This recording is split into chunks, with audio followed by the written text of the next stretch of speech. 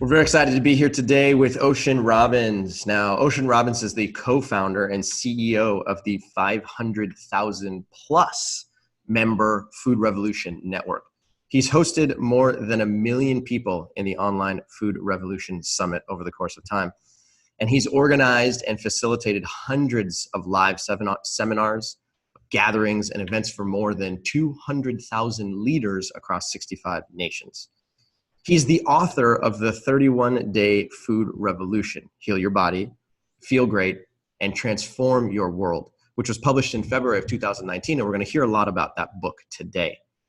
He also recently launched the Whole Life Club, which is an online program that combines cutting-edge nutrition information with action hour interviews, weekly action of the week videos, recipes, and an online community, which is designed to put you in the driver's seat of your metabolic health. In short, Ocean is an absolute powerhouse for change and a true expert with a tremendous insight into the power of plant-based diet for human health and for the health of the environment and for animal welfare. So we are very excited to be here today. Thank you so much for taking the time to be here with us, Ocean. Well, I am thrilled to be with you. It's fantastic. So we had you in the online summit last year, and I think you did a fantastic job of telling your personal story and then going up beyond that. So let's start back at the top for people who have not heard your personal story. Tell us about what made you want to become a plant-based eater in the first place. Okay. Well, going back a couple generations, my grandpa founded Baskin-Robbins ice cream company, 31 flavors, and my dad, John, was groomed to one day join in running the family company. He grew up with an ice cream cone-shaped swimming pool in the backyard and 31 flavors of ice cream in the freezer. But when he was in his early 20s, he was offered that chance, and he said no. And he walked away from a path that was practically paved with gold and ice cream to, as we jokingly say in our family, follow his own rocky road.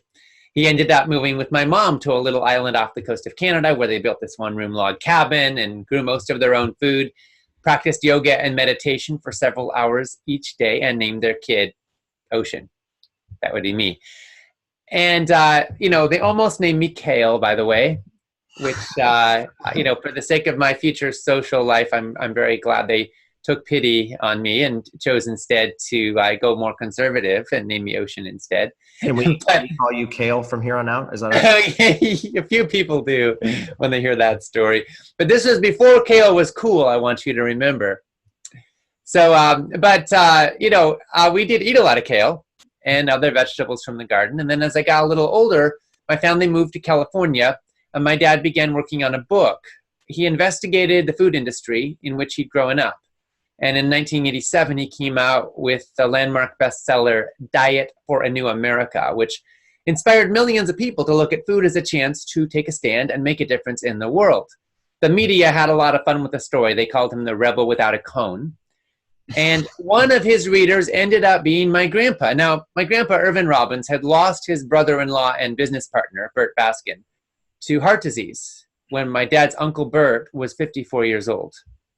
Now, my grandpa was facing serious diabetes, weight issues, heart issues. He was told he'd have to take medications for the rest of his life, that he'd be put on insulin, and that he might even lose a foot or even a leg, as well as go blind in the near term. But then he was given a copy by his doctor of my dad's book, Diet for New America, and encouraged to follow its advice, which he did. And he got incredible results. He ended up cutting out sugar and processed foods. He even gave up ice cream. He cut out most of the meat he'd been eating, and he ate a lot more vegetables and whole plant foods. And he got results, like tremendous results. He got up all of his diabetes medications, all of his high blood pressure medications. His golf game even improved 7 strokes. He lost 30 pounds. He felt a lot better. And so my grandpa ended up living 19 more vibrant, healthy years. And we've really seen in our family directly the powerful impact that food has to harm or to heal. And so that's part of kind of the origin story, if you will, for what lights me up in the work that I do. And in my own life, I founded a nonprofit when I was 16 called Yes, and worked with young leaders around the world advocating for health and sustainability and social justice with leaders in 64 countries. And as I traveled the globe, I saw that everybody eats, and that what we're eating is having this enormous impact, and that diabetes isn't just spreading in the United States, it's taking lives all over the planet. And I saw that as people are eating more like us, more like the standard American diet, they're getting sadder, and they're suffering from the standard American diseases. And I saw that we are kind of creating, we are exporting ways of growing food with pesticides and GMOs, and ways of processing food with sugar and big factories and hyper processing of junk, and ways of marketing it, and KFC, McDonald's, Baskin Robbins spreading around the globe. And in the process, waistlines are expanding, and hospitals are filling up, and diabetes rates are exploding. And I said, you know what, I got to do something about this. So after 20 years directing this nonprofit, I joined with my dad directly in launching Food Revolution Network. We started it in 2012. And we've grown to, over 500,000 members. And our goal is healthy, ethical, sustainable food for all. We want to see this healthy food movement reach every sector, every nook and cranny of the world, so that anybody who wants to be healthy, so anybody who wants their kids to be healthy, so anybody who, whether they want to lose a few excess pounds or reverse a serious disease or just have more vibrancy and energy in their life, we say you should have the right to do that. You should have the knowledge you need to do that. And you should have the access to the food that you need to do that. Because you know what? The science is overwhelming right now. We know how to prevent and reverse most of the major chronic illnesses of our times. And what's missing now is knowledge, clarity, and most importantly, action. So we want to help bridge that gap so that people can get results. The work that you and your team are doing with the Food Revolution Network is really extraordinary. And the large numbers of people that you have reached is very inspiring. You've been doing an online summit for many, many years now, interviewed and connected with some of the world's leading experts in the field of health and nutrition and the environment. What would you say is the one important thing that you think people should know from all this information that you've gathered? If there's just one thing, what would it be? The number one most important thing to know is that your past doesn't have to equal your fate. That where you've been doesn't have to equal where you're going, and that what you see modeled all around you is not the best we can do. Just because you think it's normal that aging is some kind of inevitable one-way street towards ever-increasing suffering and pain and decrepitude doesn't mean that that's what has to happen to you. Just because we think it's normal to carry a little spare tire around the middle, or worse, to feel burdened by lethargy, to feel like your mind is slipping away from you, doesn't mean it has to happen to you. Because we now know unequivocally and certainly that we can turn around most of the major chronic illness of our times, and we can add not just more years to a miserable life, we can add more life to every single day of our years when we make the right food choices. You remember that vitamin Centrum Silver? That was their logo. They said, we may not add years to your life, but we may add life to your years. So I think it's actually a really prominent message, and I love the way that you communicate it. Now, you've been able to help millions of people around the planet through the Food Revolution Network and the Food Revolution Summit. But there's still a large contingent of the population who doesn't necessarily believe that a plant-strong lifestyle is A, beneficial for human health, or B, beneficial for them. So how do you what information, what message do you have for those people who, simply don't believe what you're saying, or maybe don't want to hear it? Well, first of all, just going vegetarian or vegan is not the answer. I mean, it can be good for the planet, and it's definitely good for animals. But when it comes to your health, there's a little more to it than that. So we have this debate about low fat or low carb. And when we talk about macronutrients, we really miss the point, because there are bad fats and good fats. There are bad carbs and good carbs. And the point isn't what the optimal macronutrient ratio is. You could give somebody a very low carb diet and base their diet around trans fats, and I guarantee you they're going to get sick and die early, right? You could give somebody a very low fat diet and base their diet around sugar and Twinkies, and I guarantee you they're going to get sick and die early. I mean, almost for sure, right?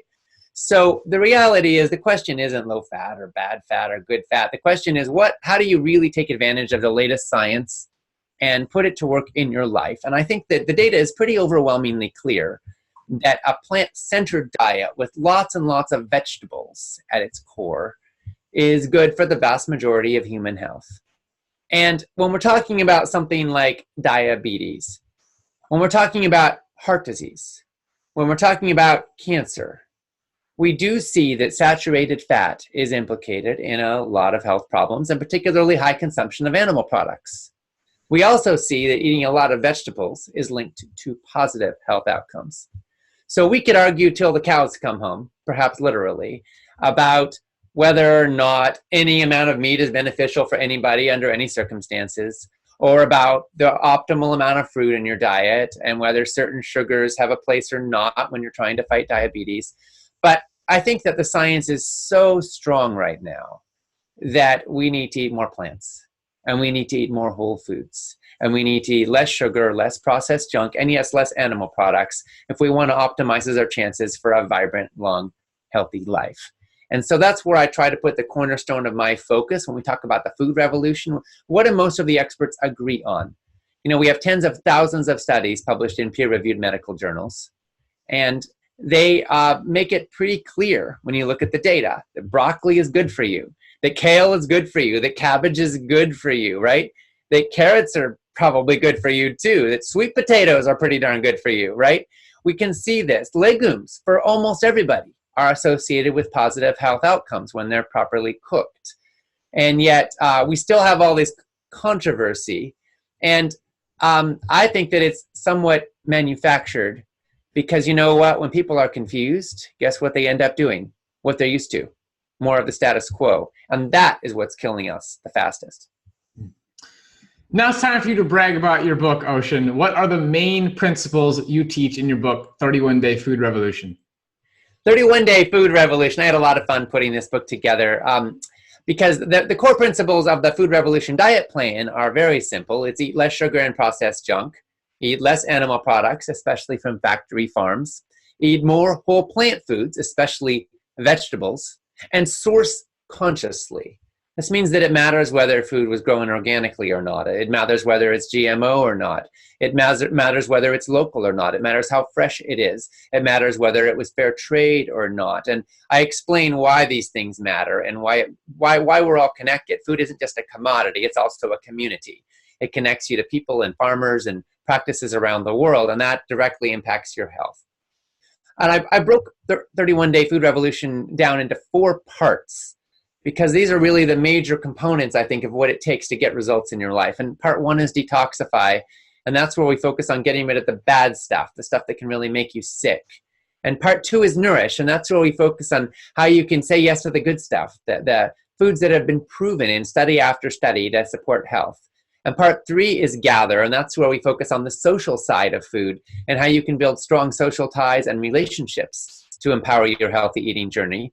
And then part 4 is transform.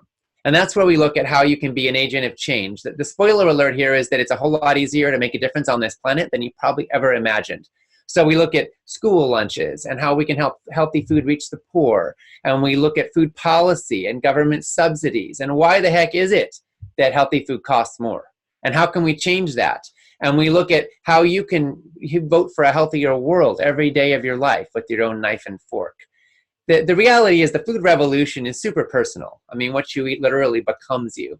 But it's also political. It affects people, policies, practices around the world. And so what I'm saying is that you can take a stand with your food choices, not just for the health you want, but also for the world you want. And the same food choices that are good for you are also good for your planet. Yeah, let's talk about that a little bit. Why is a plant-based diet so beneficial for the environment? Well, it's really quite simple. When you go up the food chain, you have a net loss of efficiency. I mean, a cow has to eat about 12 pounds of grain or soy to produce 1 pound of beef when it's in a feedlot. When it's eating grass, the feed conversion ratio is even worse. It takes a whole lot of biomass to produce flesh. Why? Well, it's simple. I mean, a lot of the calories that cow is eating are going to hoof and hide and bones and energy the animal uses to move around, and of course to poop, right? So we're turning a lot of our natural resources into animal poop. And it takes about 84% of the world's agricultural land to produce animal products. So it takes 12 pounds of grain or soy to make a pound of beef, 7 pounds to make a pound of pork, 4 pounds to make a pound of chicken. And if the livestock are running around outside eating grass or bugs or whatever, then it takes even way more land to produce a pound of flesh, because that's less efficient from a direct acreage perspective. So the bottom line is that if the entire world just theoretically went vegan tomorrow, we would free up enough land that's currently being used in animal agriculture that it would be equivalent to the total land mass of the United States, China, India, the European Union, and Australia, all of those land areas combined. That's how much we would free up and still feed all of humanity just by making that change. So whether or not you go vegan, you can recognize that every bite of meat you don't take is literally freeing up multiple bites of food for somebody else somewhere in the world who might not be able to eat it all. And in a world on resource consumption overshoot, in a world where topsoil is eroding rapidly, where we're expecting to run out of topsoil in about 60 years, in a world where water is getting increasingly depleted and scarce, in a world with climate change where there are more droughts and more storms and more floods, the reality is that we cannot count on our ability to grow as much food as we are today, particularly as the human population increases. In fact, if anything, the expectation is that we're going to have less food growing capacity for future generations. That scares me. But what excites me and what gives me hope is the fact that by eating lower on the food chain, we can free up so much land that we can push our soil less hard, we can use less toxic chemicals on the land, and we can grow more sustainably and organically, and future generations just might have healthy food in sufficient quantity to feed themselves after all. So you've laid out a lot of logical stuff here, Ocean, that I don't think very many people can argue with. How a plant-based diet can improve health, how it can really save the planet to a certain extent, but people struggle to make the transition. And you have an online program, you see people go through this. What is the obstacle that people run into, the biggest obstacle to making this change? Well, there's a few big obstacles that people run into. I think the big three are going to be time, money, and confusion, followed closely by habits. So those four really are where people get stuck. And time is basically, most of our convenience foods and fast foods in this society are junk food. And so we have a lot of convenience associated with the standard American diet.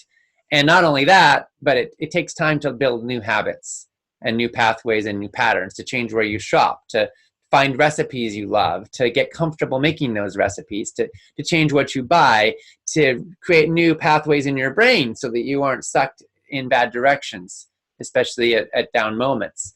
So that takes some time. And for a lot of people in today's hyper stressed out, hyper busy world, time is the scarcest commodity of all. But here's the thing.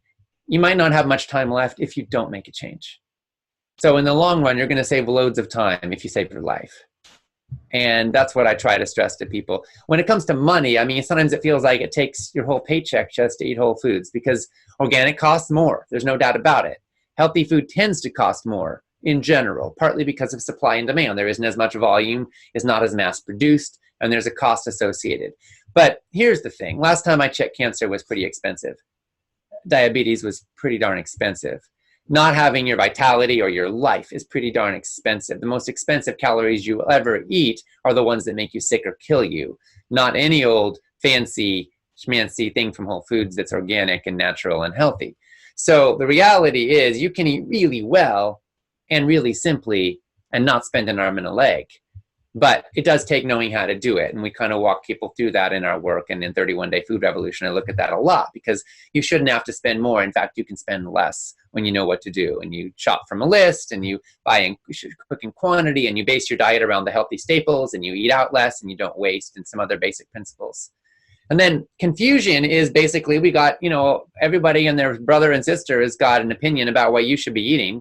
We've got every year, thousands upon thousands of new diet books coming out, millions, if not billions of articles being posted on the internet telling you what to eat and what not to eat, and countless new studies. And unfortunately, a lot of these interpretations and messages are just plain wrong. And so what we're trying to say is, when you actually step back and look at the data outside of, popular frothing at the mouth I'm going to make a money if you buy my book opinion, we find that the data is pretty clear. And so we try to land in the basics, like eat less sugar and processed junk, eat less animal products, especially from factory farms, and eat more whole plant foods.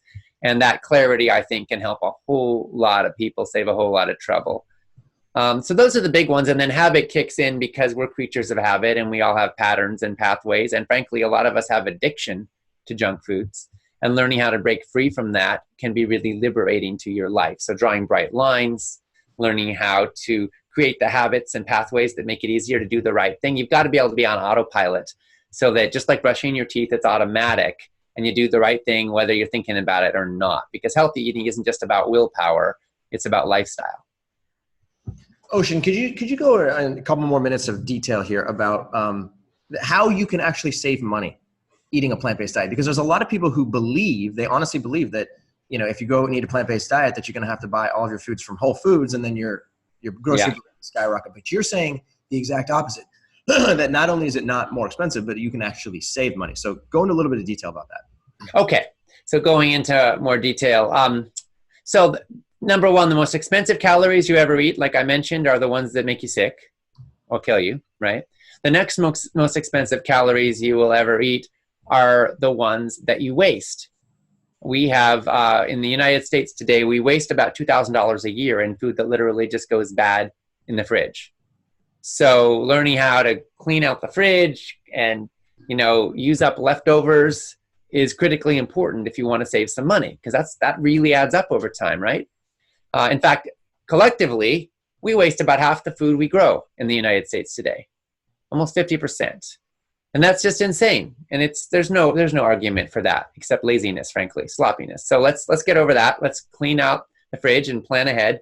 Then the next most expensive calories you'll ever eat are the ones that fill you up to excess. The average American gets about 500 calories too much. And typically, hyper-processed foods drive us to overeat because some part of us isn't really satisfied or isn't really full, or because they've been designed to be addictive.